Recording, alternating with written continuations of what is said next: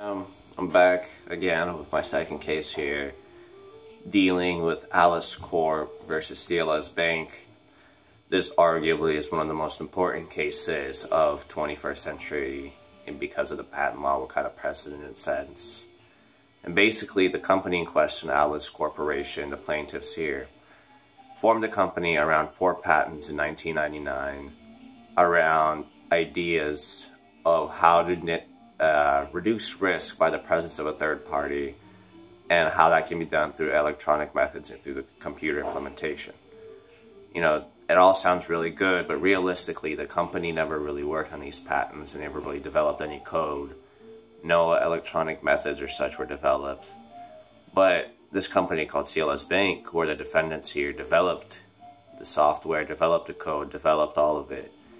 And they started using it for trillions of dollars in transactions, and it turned out to be really, really important and useful.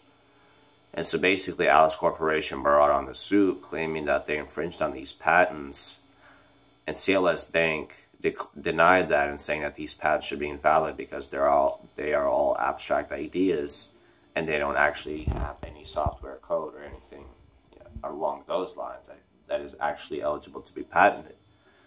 So the big question here ended up being, is an abstract idea patentable?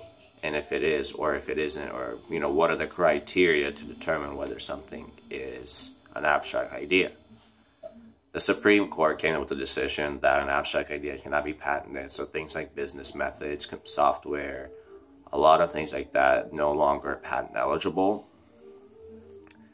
And so realistically, a lot of patents that companies currently have, including TiVo, which has a patent that they call the Holy Grail, where they lost their abstract because their patent was an abstract idea. This case sets a really important precedent because it kind of invalidates many different patents. But here, in this case as well, the decision was also kind of vague because the court doesn't really say whether the implementation, or at what point is the implementation of idea patentable, like when you actually write the code, or when you fully develop this, the idea, the app, whatever it is.